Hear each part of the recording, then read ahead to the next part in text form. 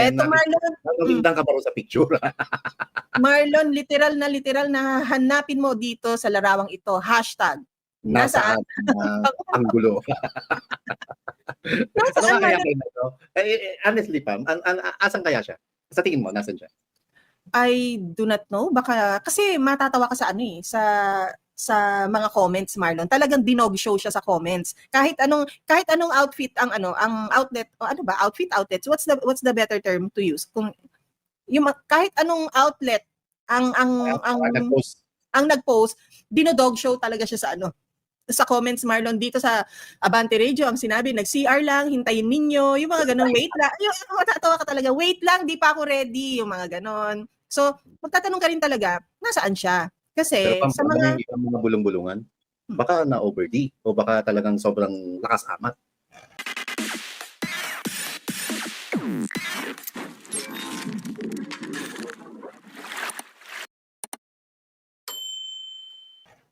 Marlon, ano ka naman? Dapat yung matino ka naman dapat. Kasi ano yan Marlon eh, dapat kung gagawa ka ng istoryahe, dapat maidiretso mo. Kung meron kang excuse na lumabas ng bansa dahil sa isang official function, make sure that you are present and seen and participating dun sa function na sinabi mong excuse sa bansa mo, kaya mo lalayasan yung bansa mo. Kasi unang-una, hindi mo pera ang pinanggastos dyan.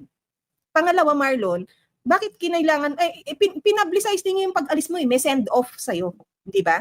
Ibig sabihin nun, kung official yan, gawin mo naman yung trabaho mo. Kung pagpapapicture na lang yan, tatayo ka na lang. Kahit hindi ka na pumikit, kahit hindi ka na mag-smile, tatayo ka na lang eh. Para magpapicture, wala ka pa? Paano ka nga tatayo doon kung high na high ka, Pam? 'Di ba? And alam mo yung ang kwentuhan ng ang kwentuhan sa mga bawat kalye. Pag ikaw giyang ka sa ipinagbabawal na jeep, walang pinipiling oras to. Walang pinipiling araw to at walang pinipiling lugar. Basta pag gusto mong tumira, titira ka. So yun yung eto dahil wala ka diyan sa picture, hindi mo masisisi Marcos Jr. na pag-isipan ka ng mismo mga kababayan mo na bangag ka ng mga oras na yon. Kasi hanggang ngayon, standing yung hamon sa'yo ni Attorney Vic Rodriguez, yung hamon sa'yo ni Pangulong Rodrigo Roa Duterte na sabay kayo drug test sa Luneta, hanggang ngayon binabaliwala mo yun. At habang binabaliwala mo yun, sa tuwing na lang na sa mga ganitong sitwasyon, na wala ka sa picture, nandyan yung mga ASEAN leaders, ikaw lang ang wala, bukod tanging nawawala. Hindi mo maalis sa sambayan ng Pilipino na pag-isipan ka na baka sumisinghot o baka lango sa ipinagbabawal na G. Ito baka lang, sa pantalan to. Ayun. Kasi Marlon, matatandaan natin yung hindi na nawala sa kanya yung speculation ng mga white powder substance na yan Marlon. Dahil merong isang okasyon din, I think araw ng kagitingan ba yun? Araw ng kagitingan. Oo, di ba? Where he was present, he presented himself and all, tumingala sa ating watawat, kung umawit sumaludo sa kanyang mga opisyal na nagga-guard sa kanya at ng guardian ng ating bansa, umawit ng pambansang awit na may pulbo dito. Ano yun? Ibig sabihin, bago ka, either doon sa holding room mo, ginagawa mo, or sa sasakyan mo pa lang, ginagawa mo na. Paano? Hindi mo maaalis sa isip mo na consistently ginagawa mo yan kasi ito, this time around, the simplest thing, Marlon, no? Meron yung iba dyan nagtsatsaga na inaantok na dahil hindi naman nila gusto yung presentation, yung mga speeches na ganyan. Ang hinihintay na lang na oportunidad, picture. You know what others do, Marlon? Pagka ganyan, tatayo, lalabas ng konti, kung merong mga pika-pika, kakain ng konti, magkakape, and then babalik na lang sa function area. Bakit hindi niya nagawa yun? Pakasimple. Diba? Babalik uli natin yung sinabi sa kanya ni Mayor Baste, na tamad ito at walang malasakit. Diba? Babalik din natin yung sinabi ni BP Sara na hindi marunong magpaka-presidente ito. At naturingang presidente ka ng Pilipinas, ikaw pa mismo ang dumayo at dumalo sa ASEAN Summit. Tapos, yun na lang ang gagawin mo, magpa-picture. Wala ka pa. Yun din Marlon, no? Oh, okay. In all fairness, sinagot naman yan ng palasyo kung nasaan siya. Ang sinasabi nila ay nasa extended bilateral meeting or talk siya. Extended meaning to say from the main talk, either pinull out ka dyan or your team, yung sarili mong team created that scenario na kailangan kang i-pull out dyan para i-meet si Royal Highness Marlon Purificación sa kabilang room. You have to remember, Marlon, nagkaroon din ng ganyang eksena sa US naman, kung saan, alam mo yung parang sa storage room lang sila kinausap nung, sino yung babae, yung vice president ni Biden? yung girl, di ba? Tapos, ang usually kasi mga ganyan na official na pag-uusap, official na photo ops, at least man lang nandyan yung flag ninyong dalawa. Diba, yung may flag kayo na either yung US flag and Philippine flag, tapos nandiyan kayo sa upuan na yun, kahit paano pinaghandaan yun. Nasaan ang photo nung bilateral or extended bilateral talk na yun? Unang-una, Pam, pagkaganyan sa tuwing bumibiyahe o may activities ang presidente ng Pilipinas, may protocol officer na umahawak dyan. So bakit mo isasabay yung bilateral meeting sa photo opportunity na naka-schedule ng ganong oras? Tapos, gaano ba ka-importante yung ka-meeting mo sa kabilang kwarto, bakit yung ASEAN region leaders, kompleto? Sino ang kausap mo? So, ibig sabihin, hindi siya yung pinakaulo. At kung hindi yan ang pinakaulo ng isang presidente rin na katulad mo o isang prime minister, dapat ipinaubaya mo na yan sa kasama mo, sa mga contingent mo, sa mga cabinet secretaries mo o ambassador mo o kung sino-sino pang mga diplomatic officials, di ba? At saka Marlon, yung bilateral. Alibay lang yun ang tingin ko. At kahit may maipakita silang picture, gaano tayo nakasisiguro at maniniwala na yung picture na yun ay kasabay ng kinunan noong nagkaroon ng photo op. At ikaw mismo, Pam, magagalit ka, ba't hindi mo ako sinama dyan? Di ba? Alam mo yun? Palusot na lang ulito. Palusot to dahil ang tingin talaga ng taong bayan dito, napakatamad mong presidente. Photo opportunity na lang kasama ang ASEAN region, hindi ka pa pumunta. Ang mga bilateral, yung mga ganyang sideline meeting, Marlon, ginagawa yan sa kalagitnaan or while the main event is ongoing, dahil you would want your principal to be there during the opening and during the closing. Kaya yung mga sideline na yan, yung hinuhugot ka, Marlon, sagbitin mo lang si ganito, blah blah blah, yung while it is ongoing, na wala kang participation, kung hindi ka rin lang naman mag-i-speech, pwede kang hilahin. Pero you make sure na yung mga bataan mo, ibabalik ka bago pa matapos yung show sa loob or yung kung ano man ang convention meron dun sa loob. Para nandun ka sa ganyang kagayang photo ops. Tama ka, Pam. Dito nga lang sa Pilipinas, kung ano man yung aktibidades ng presidente ng Pilipinas, mahigpit yung pagsunod sa itinerary. Sa oras na kailangan ganitong oras nando ka. What more, pagka nasa labas ka pa ng bansa. Pam, alam ko naka-attend ka isang beses ng United Nations General Assembly, di ba? Kung saan nandun din ang isang Marcos Jr. Nakita mo, naramdaman mo, at na-experience mo kung gaano kahigpit yung pagpapatupad ng protocol at paano sinusunod ng gusto talaga yung itinerary. Ako pa, hindi sa pagbubuhat ng sariling bangko, nakadalawang beses na state visit din ang nakover ko.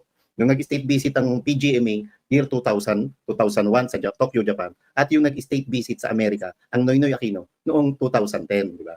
Doon makikita mo na kailangan ganitong oras, nandito ka, aalis ka ng hotel, eto ang breakfast mo, punto per punto, nakadetalye. Ngayon, hindi mo bibigyan prioridad yung photo opportunity. Ibig sabihin, meron kang mas higit na pinagkakaabalaan at binaliwala mo yung naka-schedule na photo ops kasama ang ASEAN regions. Hindi naman natin pwede ibigay sa kanya na siya ang nagbaliwala, Marlon. Baka siya ang hindi na rin inintindi. Kung wala ka, wala ka. That's the rule eh. Parang hindi naman kami ang mag-a-adjust sa iisa, di ba? Hindi, kung wala ka, edi wala ka. Kung hanapin ka ng bansa mo, hanapin ka ng bansa mo. But if we are all, kung sila nga nandoon lahat, ikaw lang ang wala, sino may problema? Yung lahat na nandoon? Di ba ikaw na wala? Ikaw ang may issue. Ikaw ang may problema. Ito nga, Marlon, sinasabi na nila dito, yung bilateral nga daw. Sabi ni Claire, ano yan, secret agenda. Maniniwala kayo dyan, Kitty? Maniniwala kayo? Ano yan? BS yan, BS. Especially coming from Claire, whose credibility is currently, yung hindi naman niya na-establish yung credibility niya eh. Di ba? So, diyan ka sa kanya ka maniniwala? I don't think so. Yun lang yun, no? Na, actually, Marlon, nakakahiya. Sobra, Pam. Bagay, Pam, magtataka pa ba tayo? Photo ops lang, inindyan mo pa. Photo ops lang, hindi mo pa sinipot. Dito nga, ilang bagyo, ilang lindol ang dumaan sa nakalipas na 2 buwan. Nakita ba natin ang isang Marcos Jr. na nagpre-preside ng master meeting o cabinet meeting or sa NDRRMC para personal na alamin, i-monitor at kumpasan yung ibibigay na tulong sa mga kababayang biktima ng lindol, baha at bagyo? At ilang bakbakan, Marlon, ang sinuong ng men in uniform natin na hindi niya dinalaw.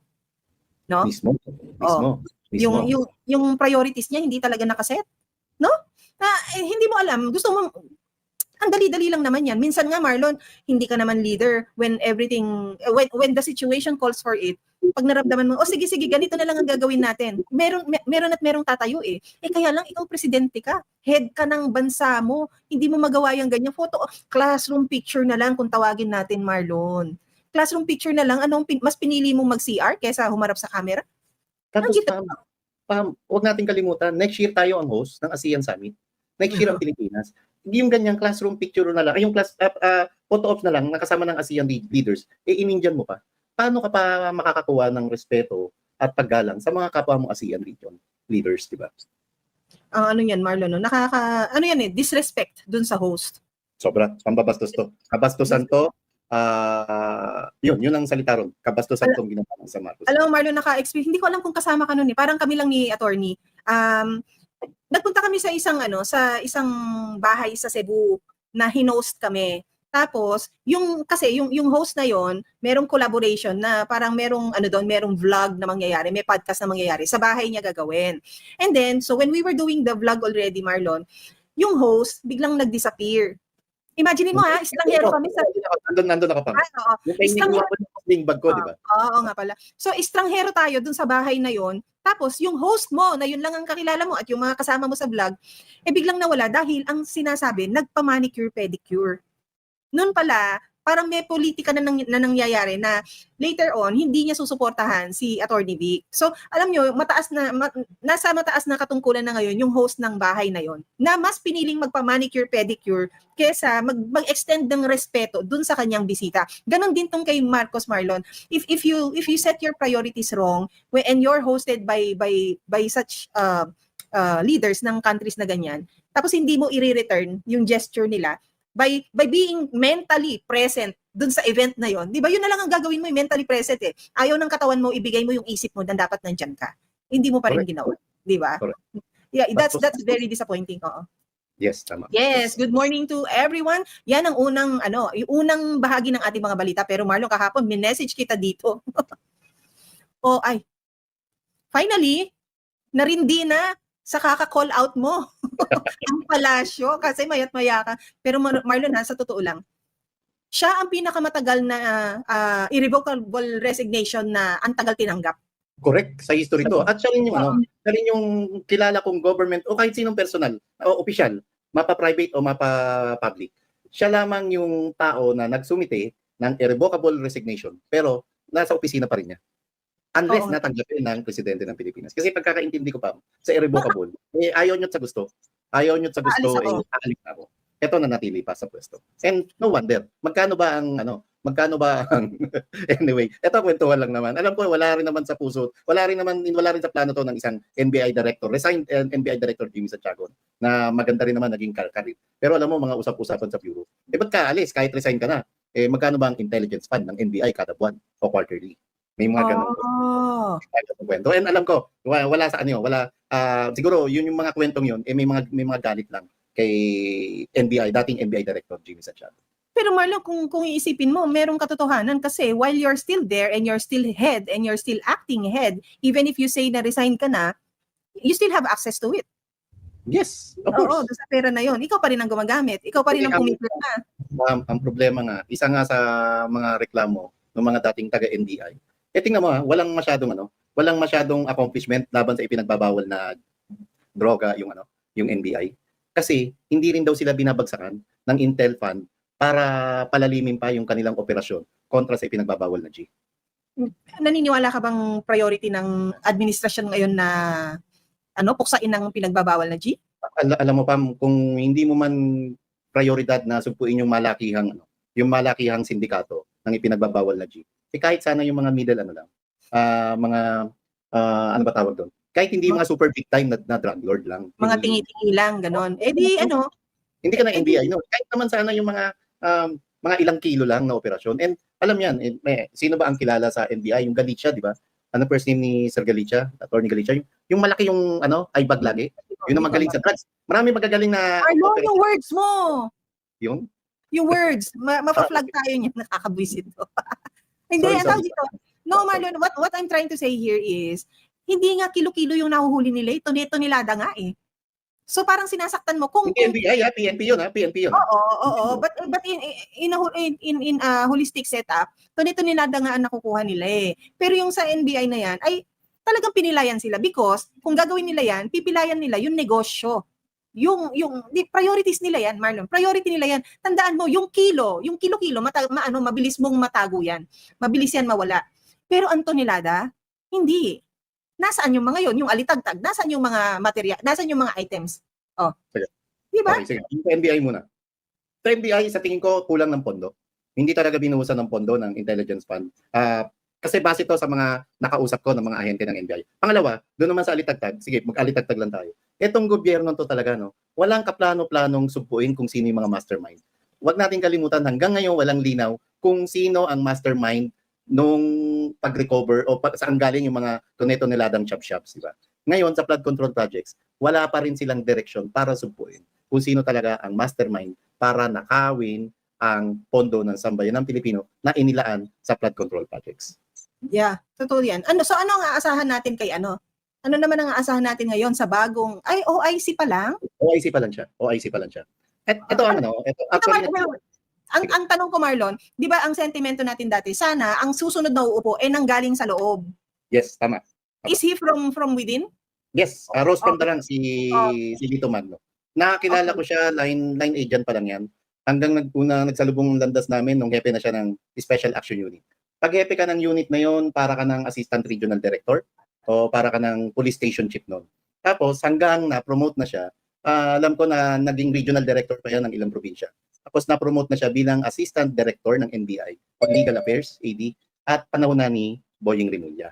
Marami nagsasabi na favorite siya ng isang Boying Rimulya. Hindi ko alam kung bakit. Pero kung pag-uusapan yung trabaho, credibility, credentials at kakayanan ng isang Lito Magno, tingin ko, swak naman siya sa mga requirements na hinahanap ng buong bureau, higit lalo at tagaloob na. Marami pang ibang kandidato na katulad niya ng mga kasama niya sa bureau. Ang gusto rin maging NBI director o kahit officer in charge lang. Pero pare-parehas naman sila. Basta ang pinaka-catch ngayon, Pam, nasa high moral uli ngayon ang buong NBI dahil ang ipunesto ng Malacanang ay tagaloob at hindi outsider. Temporarily, because OIC nga officer in charge pa lang siya. What if someone comes along, and you have to remember, Marlon, for you to be, di ba noon, nung panahon ni Attorney Vic, ang uso noon, gusto mong pumuesto, siraan mo si Attorney Vic. Ganun ang uso nun sisiraan ko si Attorney Vic, ipwesto mo naman ako as bagong SDS, as bagong DESLA, yung mga ganyan, di ba? So siraan si Attorney Vic, yun talaga ang nun, yun ang qualification mo, kahit pa sabihin na ikaw ng pinaka-ob na tao dyan, basta magaling kang naninira kay Attorney Vic, ipipwesto ka. And we saw that, napwesto yung mga taong alam natin na nanira talaga. Ito kasi ngayon, Marlon, it should still be the same as of today. Para maging head ka ng NBI yan, ipamimigay nila sa hindi nila tao? Tama yung punto mo, Pam. Kaya nga sabi ko nga, si Lito Magno, para siyang iniwan ng isang Boying Rimulya. Sige, alis na ako, magiging ombudsman ako. Pero ikaw ang gagawin kong OIC ng NBI. Anong say niya anong kamay niya para siya ang makapag-decide sa NBI? Si Boying. Siyempre siya na OIC. Si Boying, hindi na. Ombudsman na siya Pero may impluwensya siya bilang dati pang, kasi ang alam ko, yung recommendation kung sino ang papalit kay Jimmy Santiago bilang NBI director, isinubo na sa Palasyo ng Malacanang noon pa sa mismong araw na nag-submit ng kanyang irrevocable resignation si Jimmy Santiago. So anong buwan ba to? 2 months ago? So ibig sabihin, late lang talaga, 3 months, no? Late lang talagang kukupat-kupat, babagal-bagal ang administrasyon nito. Late lang talaga magpa siya. Hanggang ngayon, Pam, 1 month na, may 1 month na, di ba? Sino na ang Justice Secretary? Acting pa rin, di ba? Si Yusek Vida. Hanggang ngayon, sino na ang DOTR Secretary? Na nagtatrabaho na ng gusto si Vince Dizon. Pero hanggang ngayon, acting pa rin yung DOTR Secretary. Ganyan kabagal, ganyan kakupad, at ganyan ka-indecisive ang presidente ng Pilipinas. Para magtalaga dapat ng agarang kapalit sa mga opisyales na umalis sa pwesto. Marlo, may nagtatanong dito, kaano-ano ni Shelo Magno si Lito Magno? Ako, hindi ko alam. Maraming Magno sa government. May isang Magno pa na, alam ko yung pumalit kay kay Sec Mabel, di ba Magno rin yun? Hindi ko matandaan, Marlon. Well, ito, hindi naman, sorry, hindi naman to yung hindi naman i-demote kung ano yung nararamdaman ng mga kaibigan natin sa NBI, Marlon, na it's just that I'm just trying to be practical in trying to lay the premises dyan kung ano yung kalakaran pagdating sa napipwesto ka. Hindi naman dahil na, and no offense men sa mga nakapwesto ha, pero mas malaki po kasi talaga yung obserbasyon ng mga nasa labas na nakapwesto ka dahil nagmano ka at sinamba mo kung sino yung mga powers that be. So sana totoo na nga na kapwa ninyo tagaloob ang maipwesto para alam mo yung collaboration, Marlon, mas smooth. Kasi kapag ayan outsider, pakikisamahan mo yan. Di ba? Hindi niya alam kung ano ang dynamic sa loob. Di ba? Papakisamahan mo yan, tuturuan mo yan, oras na naman ang gugugulin doon. Unlike yung magkakasama kayo sa loob, alam nyo na kung ano ang dynamic sa loob. Full disclosure, Pam, minessage ko siya kapon. Itong, actually, Sino siya? Si Lito Magno. Si Lito Magno. Ito ang sabi ko sa kanya. Although kasi nung isang araw pa, nung ano ko pa namomonitor yung name niya. Pero nung Sunday, narinig ko na siya. Ang sagot niya sa akin, sabi ko, congratulations, sabi ko. Sabi niya, pare, wala pang official announcement, di pa lumalabas ang papel. Sabi ko, lalabas na yan, God willing. Tapos, meron siya yung, alam mo yun, yung di ba? And, teka, paano ba maibalik ko? Tinext ko ulit, nung lumabas na, basta ang sabi ko sa kanya, congratulations ulit, kayang-kaya mo yan, alam ko. Pag-igihan mo lalo yan, and basta huwag kang magpapagamit sa politika.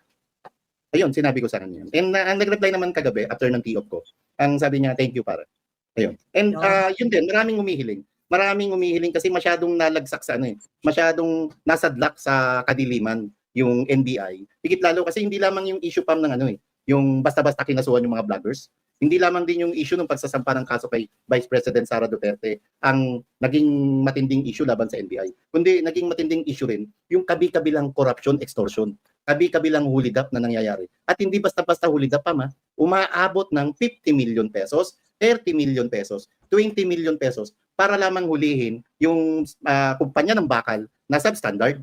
Tapos sa kanila hihiritan para hindi ng pera para hindi makasuhan. At itong mga insidente to, Pam, alam allegedly, ko allegedly. At alam ko nakarating din ito sa tanggapan ng Justice Secretary noon ni Boying Rimulya at sa Palasyo ng Malacanang. And maliban doon, kwento lang yan, Marlon, ha? Hindi ka pa sure.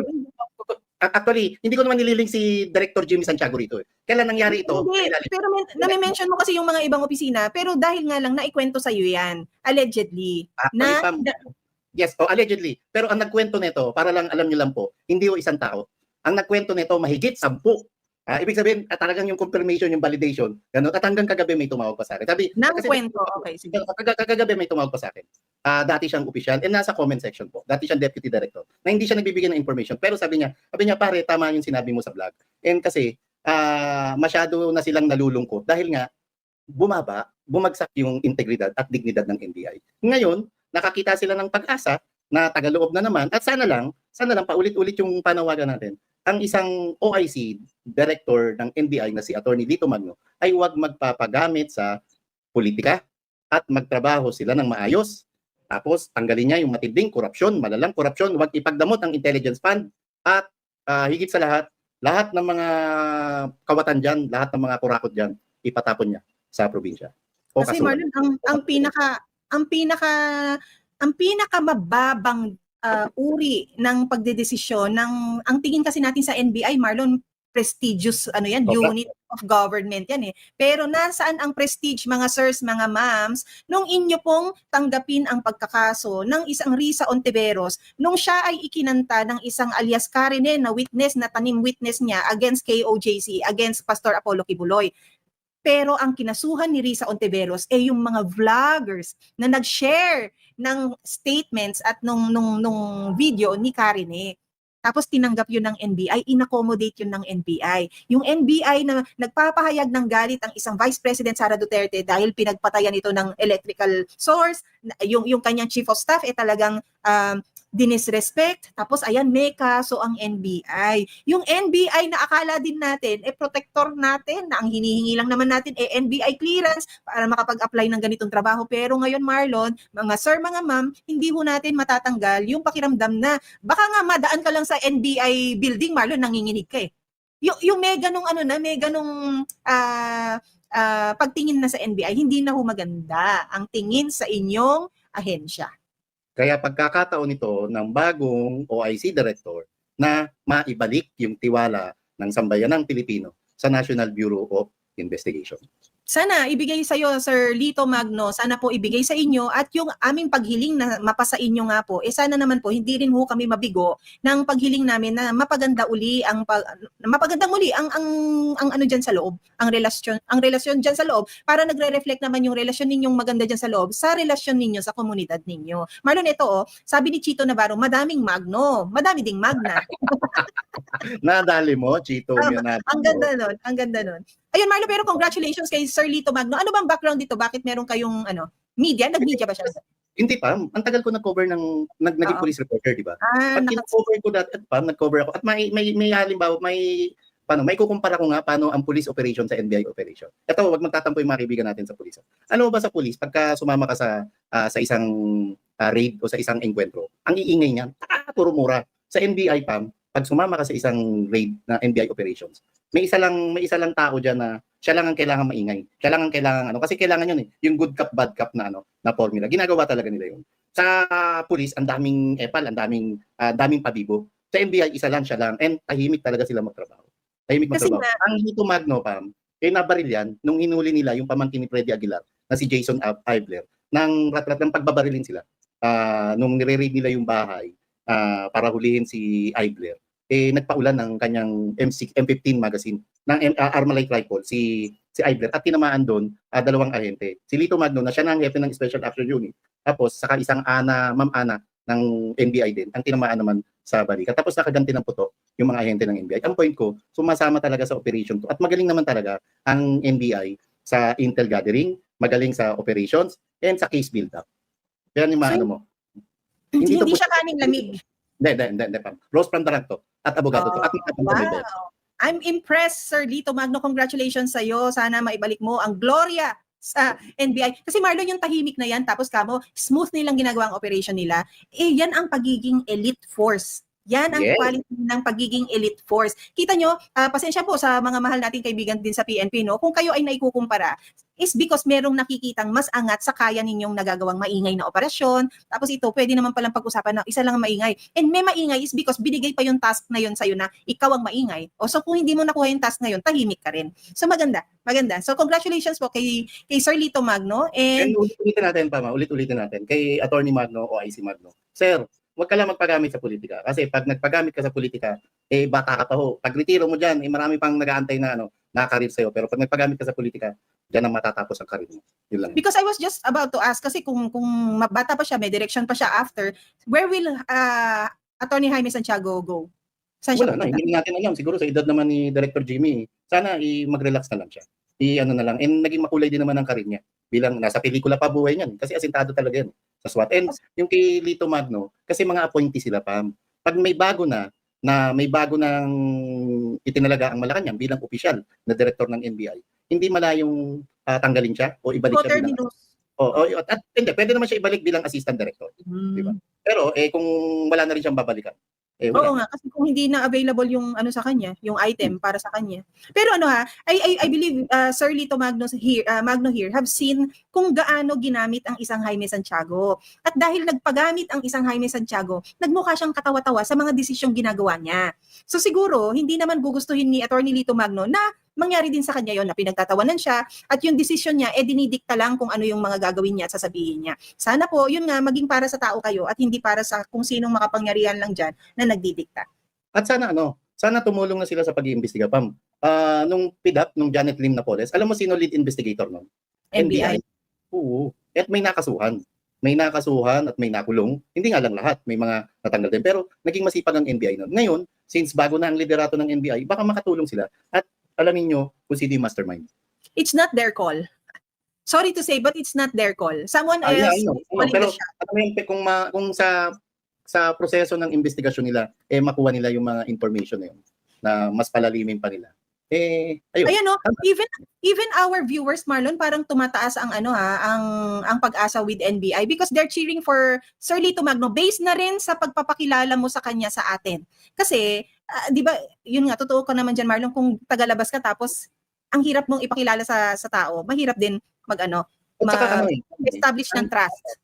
Ang hirap din naman na porque hindi natin siya gusto, bigla na lang natin siyang aatakihin, ibabash, di ba? bigyan natin ng pagkakataon yung mama na magtrabaho at ipakita yung kanyang galing, talino, husay, tapang at malasakit. Tapos pag tingin natin na pumalpak siya at tingin natin na nagpapagamit siya sa politika, hindi rin tayo mangingimi na batikusin natin siya dito sa Third Floor Studio at lalo doon sa T.O. ni Pulico. Ayun.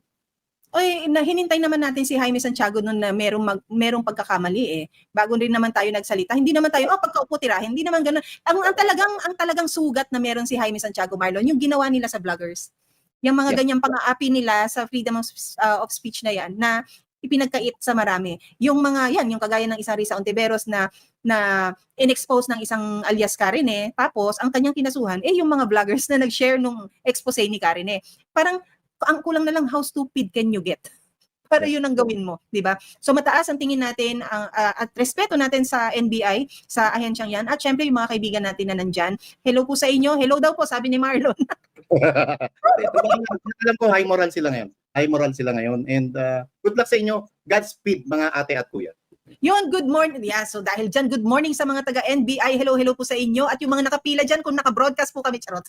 Hello po sa inyo. And sana po, Marlon, meron pa ba mga eksena sa labas na may maraming maraming fixers? Sana wala na yun, ano? Lumipat na sila ng opisina kasi ginagawa yung NBI headquarters. Ito pa, teka lang, baka pagtiyok na lang. HQ?